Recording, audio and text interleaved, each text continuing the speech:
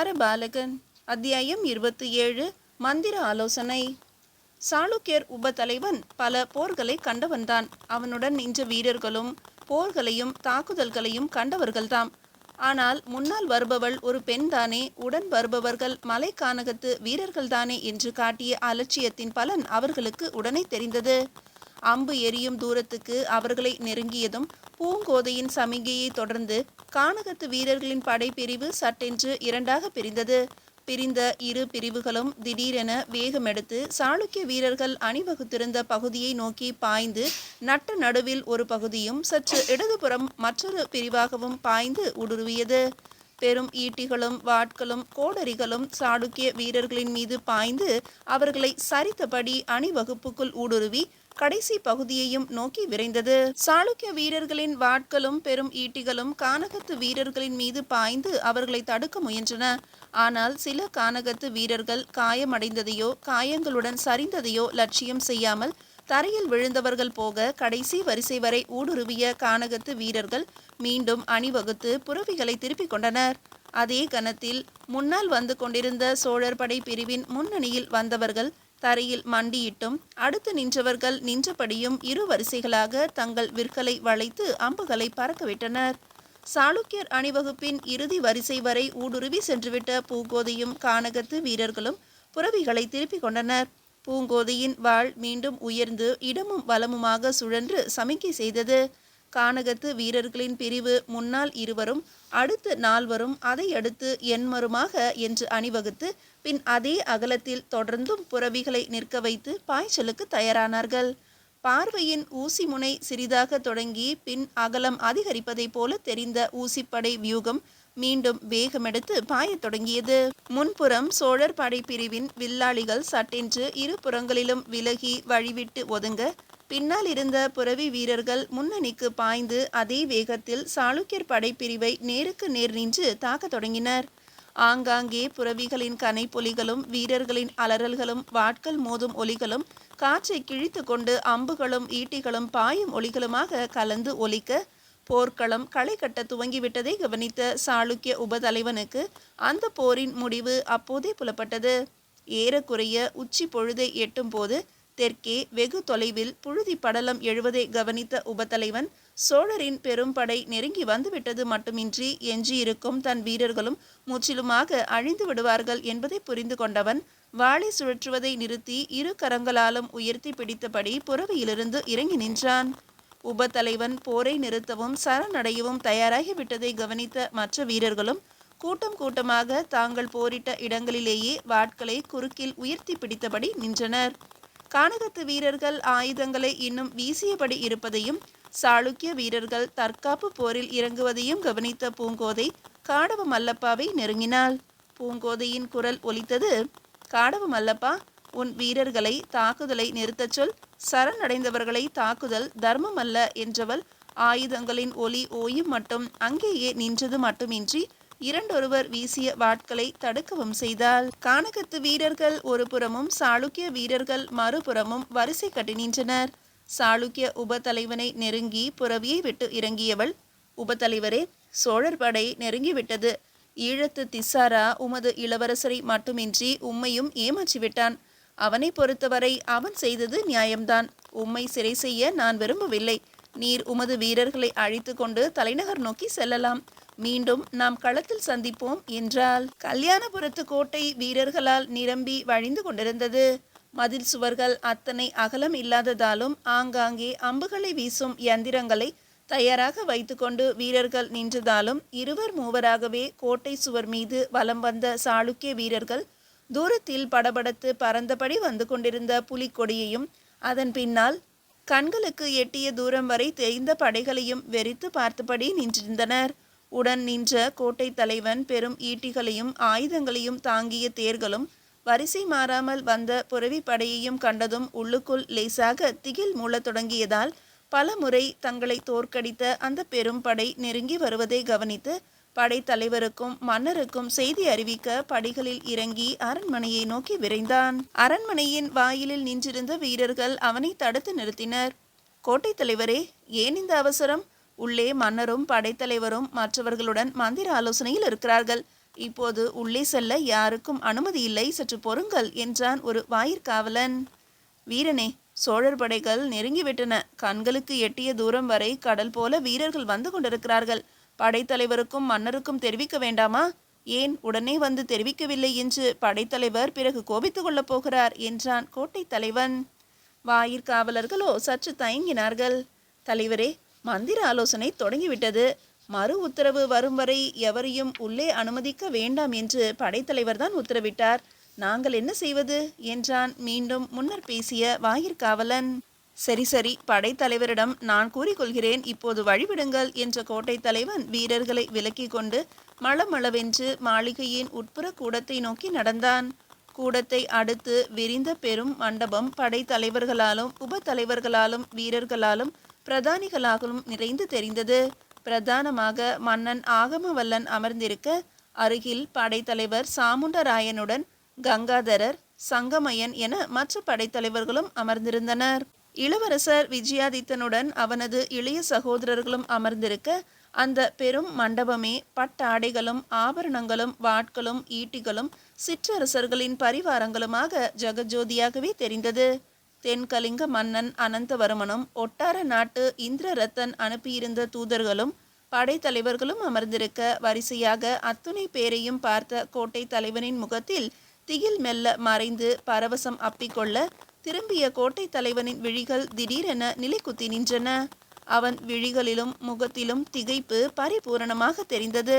சாளுக்கிய மன்னரும் படைத்தலைவர்களும் பிரதானிகளும் நிறைந்து எதிரே வரப்போகும் போரை பற்றி விவாதித்து கொண்டிருந்த அந்த அறையில் அந்நியரான இவருக்கு மந்திராலோசனை சபையில் என்ன வேலை என்று திகைப்புடன் மன்னர் ஆகமவல்லருக்கும் படைத்தலைவருக்கும் அடுத்து போடப்பட்டிருந்த ஆசனத்தில் சாதாரண உடையில் அமர்ந்திருந்த யுவான் லீயை பார்த்து திரு திருவென்று விழித்தான் கோட்டை தலைவன். மீதியை அடுத்த அத்தியாயத்தில் காணலாம். அத்தியாயம் 28. சர்ப்ப வியூகம். சாளுக்கிய மன்னன் திரைலோக்கிய ஆகம வல்லனது பெரும் சபையில் போருக்கான மந்திர ஆலோசனையில் பிரதானிகளும் பல போர்களை கண்ட படைத்தலைவர்களும் மகா வீரர்களும் கூடியிருக்கும் போது, அதில் கல் சிற்பியான யுவான் லீக்கும் ஒரு இடம் அளித்து அமர வைத்திருந்ததை கண்ட கோட்டை தலைவன் வியப்பும் திகைப்பும் அடைந்தான் என்றால் அதற்கு காரணம் இருக்கவே செய்தது. அம்புகளை எரியும் சிறு எந்திரங்களை செய்யும் சிற்பிகள் ஏற்கனவே சாளுக்கிய நாட்டில் இருக்கிறார்கள் என்பதையும், இவர் சற்று உயரமான எரி அம்புகளை எரியக்கூடிய தூண் போல எந்திரத்தை செய்திருக்கிறார் என்பது மட்டுமே சபையில் ஓரிடம் அளித்ததற்கு காரணமாக ஏற்றுக்கொள்ள கோட்டை தலைவனால் இயலவில்லை. அவர் செய்திருக்கும் பணிக்கு தகுந்த ஊதியம் அளித்து அனுப்பி வைப்பதே தகும் என்பது மட்டுமின்றி, அதைத்தான் அவரும் அந்த பணியை செய்து தர ஒப்புக்கொண்ட போதே கேட்டிருந்தார் என்பதும் அவன் நினைவில் எழுந்தது.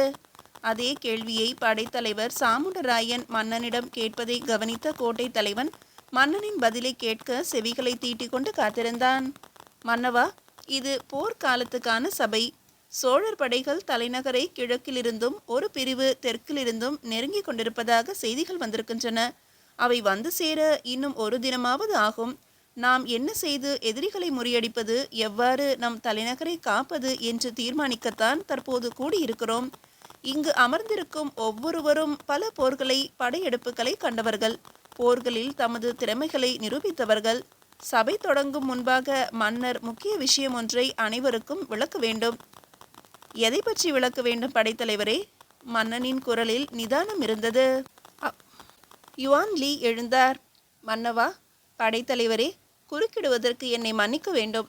தலைநகரை அபாயம் நெருங்கும் வேளையில் தலைநகரின் பாதுகாப்பை பற்றி விவாதிக்கும் சபையில் அந்நியனான என்னை அமர வைத்திருப்பது தவறு என்று படைத்தலைவர் மட்டுமல்ல, நானும் கூட எண்ணுகிறேன். எனது வேண்டுகோளை மன்னரிடம் கூறிவிட்டு விடை பெற்றுக் கொள்வதற்காகவே இங்கு வந்தேன். தாங்கள் என்னை சபையில் அமர வைத்திருக்கிறீர்கள். நான் தங்களையோ எதிரிகளான சோழர்களையோ சார்ந்தவன் அல்ல. தலைநகரின் பாதுகாப்புக்காக மன்னர் உத்தரவிட்டபடி எந்திரம் ஒன்றை செய்து கொடுத்திருக்கிறேன் என்பதை தவிர இந்த போரில் எனக்கு எந்தவித சம்பந்தமும் இல்லை. எனக்கு உண்டான ஊதியத்தையும் ஏற்கனவே அளித்து விட்டீர்கள். என் தாய்நாட்டுக்கு திரும்ப அழைத்து செல்ல என் மகனும் வந்திருக்கிறான் என்று கூறி சற்று நிறுத்தினார். ஆகமவல்லன் முகத்தில் முறுவல் நெளிந்தது. யுவான் லீ தொடர்ந்தார். மன்னவா, எந்திர தூண் நிர்மாணிக்கும் பணி முழுமையடைந்துவிட்டது. எத்தனை வகையாக அது இயங்கும் என்பதையும் எப்படி இயக்க வேண்டும் என்பதையும் உமது வீரர்களுக்கு விளக்கி பயிற்சியும் அளித்துவிட்டேன். எந்திர தூணின் அருகே பயிற்சி பெற்ற 20 சாளுக்கிய வீரர்கள் இருக்கிறார்கள். அது இயங்கும் விதத்தை தாங்களே 2 தினங்களுக்கு முன்பு கண்டீர்கள். எனது பணி முடிந்துவிட்டது. எமக்கு நாடு திரும்ப விடை கொடுங்கள் என்றார். மீண்டும் நகைத்தான் ஆகமவல்லன். யுவான்லி, நீர் கூறுவது அனைத்தும் உண்மைதான். ஆனால் ஒரு முக்கிய உண்மையை எம்மிடம் இருந்து மறைத்து விட்டீர். நீர் பணியில் ஈடுபட்டு கொண்டிருந்த போது ஒற்றர்களை அனுப்பி உம்மை பற்றி தீர விசாரித்து வருமாறு ஈழத்துக்கும் சோழ நாட்டுக்கும் அனுப்பியிருந்தேன். இந்த போர் தொடங்கும் முன்னால் நீங்கள் செல்ல விரும்புவது உமது தாய் நாட்டுக்கு அல்ல, சோழ நாட்டுக்குத்தான். நீர் போர் இயந்திரங்களை அமைத்து தரும் சிற்பியாக மட்டுமல்ல, வெகு காலமாகவே சோழ நாட்டில் மன்னருக்கு நண்பராக இருந்திருக்கிறீர். நீங்கள் கூற வருவது எனக்கு புரியவில்லை மன்னவா. நாங்கள் உம்மை கடத்தி வந்து வற்புறுத்திதான் இந்த தூணை அமைத்து கொண்டோம் என்பது உண்மைதான். ஆனால் இதில் ஏதோ சதி இருப்பதாக படுகிறது.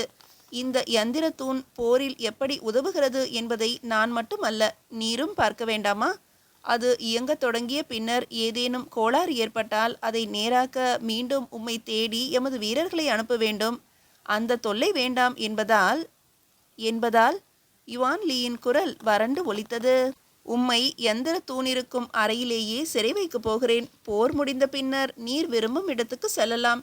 அதுவரை எமது பாதுகாப்பில் தூணின் அருகில் இருக்கும் அறையில் நீரும் உமது மகனும் இருங்கள். எதற்காகவும் அறையை விட்டு வெளியே வர வேண்டாம். எமது வீரர்கள் 10 உங்களுக்காகவே அங்கு காவல் இருப்பார்கள். தப்பிக்கவோ சோழர்களுக்கு செய்தி அனுப்பவோ முயன்றால் ஆகமவல்லன் பேச்சை நிறுத்திவிட்டு நகைத்தான். யுவான்லி மன்னனை ஏறெடுத்தான். மன்னவா, வீரர்களை அனுப்பி என்னை அந்த அறையிலேயே சிறை செய்திருக்கலாமே. எதற்காக இந்த சபைக்கு அழைத்து வந்து சிறை செய்ய வேண்டும் என்ற வினாவை எழுப்பினார். உண்மைதான் யுவான். நமக்கு தலைநகரை காக்க உதவியரிடம் நன்றி பாராட்டாமல் சிறை செய்தான் ஆகமவல்லன் என்ற பெயர் வேண்டாம் எனக்கு. நீர் எமது எதிரிகளை சேர்ந்தவர் என்ற உண்மையை என் படைத்தலைவர்களும் பிரதானிகளும் அறிந்து கொள்ள வேண்டாமா என்றவன் படைத்தலைவன் சாமுண்டராயனை பார்த்து சமிங்கை செய்தான். யுவான் லீ நகைத்தார். நகைப்பினூடே சொன்னார், மன்னா, சோழ நாட்டிலிருந்து என்னை வலுக்கட்டாயமாக அழைத்து வந்துவிட்டு நான் சோழ நாட்டை சேர்ந்தவன் என்பதை ஒரு குற்றமாக சுமத்தி சிறை செய்வது எந்த நியாயத்தை சேர்ந்தது என்று விளங்கவில்லை. ஆம், அதை போர் பற்றி முடிந்த பிறகு விசாரித்து கொள்ளலாம் என்றவன் கைகளை தட்டியதும் மண்டபத்தின் கோடியிலிருந்து வீரர்கள் 10 உருவிய வாட்களோடு வந்து யுவான் லீயை சூழ்ந்து நின்றனர். இவரை அழைத்து சென்று யந்திர தூணிருக்கும் அறையில் காவலில் வைத்து விடுங்கள். இப்போது காட்டும் அதே மரியாதையுடன் நடத்துங்கள். எந்த காரணம் கொண்டும் இவர் தப்பிவிடக்கூடாது. எச்சரிக்கையுடன் இருங்கள். சாமுண்டராயன் உத்தரவிட்டான். யுவான் லீயின் முகத்தில் எந்தவித மாறுதலும் இல்லை. மெலிதாக நகைத்தபடியே வீரர்களுடன் நடந்தார். யுவான் லீ சென்ற பிறகு அவையை ஏறெடுத்த சாமுண்டராயன் ஒருமுறை குரலை செருமிக் கொண்டான். மன்னவா, படைத்தலைவர்களே, சோழர்கள் இம்முறை நம் தலைநகரை அழிக்கும் நோக்கத்துடன் வந்து கொண்டிருக்கிறார்கள். இதற்கு முன்பு நடைபெற்ற போர்கள் பெரும்பாலும் பெரும் திடல்களிலோ திறந்த வெளிகளிலோ நடந்திருக்கின்றன.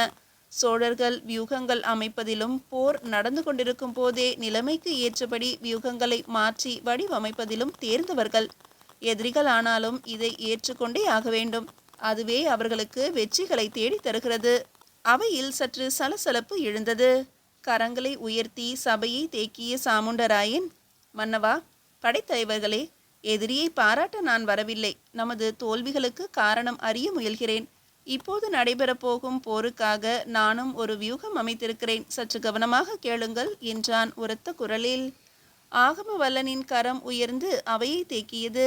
சலசலப்பு மெல்ல அடங்கியதும் சாமுண்டராயனை தொடர்ந்தான். மன்னவா, யுவான் லீ அமைத்த இந்த இயந்திர தூணை எப்படி பயன்படுத்த போகிறோம் என்பதில்தான் நமது வெற்றியே இருக்கிறது. அது எப்படி இயங்கும் என்பதையும் 2 தினங்களுக்கு முன்னர் பார்த்தோம். ஆமாம், மேலே சொல் சாமுண்டராயா. கவனமாக கேளுங்கள். இம்முறை நாம் போரிடப் போவது திடல்களிலோ நதிக்கரையிலோ அல்ல. வெகு பாதுகாப்பாக கோட்டைக்குள்ளிருந்து தாக்குதலை தொடங்க போகிறோம். நமது வீரர்களை 2 பிரிவுகளாக பிரித்து கோட்டையின் மேற்கே இருக்கும் தோப்புகளில் பாசறைகளை அமைத்து தங்க வைத்திருக்கிறேன். ஒரு பிரிவை நானும் மற்றொரு பிரிவை படைத்தலைவர் கங்காதரனும் இயக்குவோம். கோட்டை கதவுகளுக்கு முன்னால் நிற்கும் சோழர் படைகளின் மீது இந்த யந்திர தூணிலிருந்து பறக்கும் அம்புகள் தாக்குதலை தொடங்கும். 2 சுற்றுக்கள் முடிந்ததும் சாதாரண அம்புகள் எரி அம்புகளாகவும் பெரும் ஈட்டிகள் நெருப்பு கங்குகளுடனும் பற்றி எரிந்தபடி பாயும். எரி அம்புகளின் தாக்குதலில் சோழர் படையின் முன்பகுதி சற்று விலகி பின்வாங்கும் நேரத்தில் அவர்களது அணிவகுப்பும் கலையும். அதே கணத்தில் கோட்டையின் மேற்கிலிருந்து நானும் படைத்தலைவர் கங்காதரன் கிழக்கிலிருந்தும் நமது வீரர்களுடன் இரு புறங்களிலும் தாக்குதலை தொடங்குவோம். வீரர்களின் எண்ணிக்கையை மனதில் கொண்டு நமது படையை சர்ப்ப வியூகமாக வகுத்திருக்கிறேன். இரு சர்ப்பங்களுக்கு இடையே சோழர் படையின் பின்பகுதி சிக்கும்.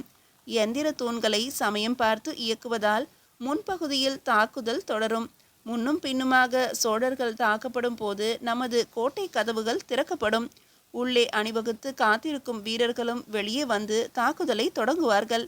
இப்படி மூன்று புறங்களிலும் தாக்கப்படும் சோழர் படை ஒன்று போராடி மடிய வேண்டும், அல்லது பின்வாங்கி சென்றுவிட வேண்டும் என்றுதான் பகுத்த திட்டத்தினை கூறி முடித்தான் சாமுண்டராயன். மன்னன் ஆகமவல்லனின் மகிழ்ச்சி அவன் முகத்தில் நன்றாகவே தெரிந்தது. சபையில் மற்றவர்களுக்கும் சாமுண்டராயனின் போர்த்திட்டம் திருப்தி அளித்திருப்பதாகவே தெரிந்தது. உபத்தலைவர்கள் எழுப்பிய இரண்டொரு கேள்விகளுக்கு பதில் கூறிய பின்பு சாமுண்டராயன் வகுத்த திட்டம் முழுமையாக சபையோரால் ஏற்றுக்கொள்ளப்பட்டது. அதற்கு பிறகு யார் யார் எந்த பிரிவுகளில் இருக்க வேண்டும், உப தலைவர்களின் பொறுப்புகள் என்னென்ன என்ற விவாதங்கள் சபையில் மீண்டும் சலசலப்பை எழுப்பின. வாயிலில் வீரன் ஒருவன் வந்து நின்று உரத்து குரல் கொடுத்தான். மன்னவா, படைத்தலைவரே, தயவு செய்து கேளுங்கள் என்று. அவன் கரத்தில் ஓலை குழல் ஒன்றும் இருந்தது. ஆகம வல்லனின் கரம் உயர்ந்து சலசலப்பை அடக்கியது. மொத்த அவையும் குரல் கொடுத்த வீரனை திரும்பி பார்த்தது. தலை வணங்கிய வீரன் மீண்டும் பலமாக குரல் கொடுத்தான். மன்னவா, படைத்தலைவரே, சோழர் படைகள் வந்துவிட்டன. கோட்டை வாயில் எதிரே அணிவகுத்து நிற்கிறார்கள் என்றவன் சற்று தயங்கிவிட்டு அவர்களிடமிருந்து ஓலை ஒன்றும் வந்திருக்கிறது என்றும் அறிவித்தான். மீதியை அடுத்த அத்தியாயத்தில் காணலாம்.